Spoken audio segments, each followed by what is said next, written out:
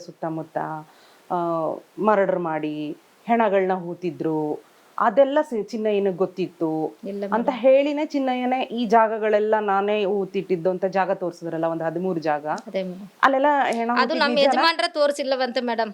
ಇವರೇ ಡೈಲಿ ಒಂದೊಂದು ಜಾಗ ನೀನೇ ಮಾರ್ಕ್ ಮಾಡ್ಬೇಕು ಅಂತ ಕಳಿಸ್ತಾ ಇದ್ರಂತ. ಯಾರು?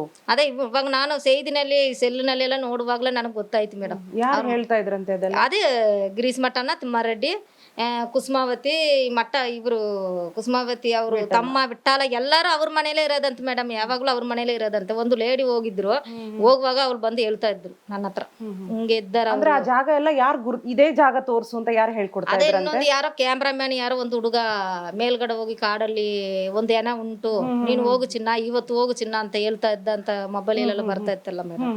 ಅದೇ ಇವರೇ ಹೇಳ್ತಾ ಇದ್ರಂತ ಮೇಡಮ್, ರಾತ್ರಿ ಕರ್ಕೊಂಡು ಹೋಗೋದಂತ ನಮ್ಮ ಯಜಮಾನ್ರನ್ನ.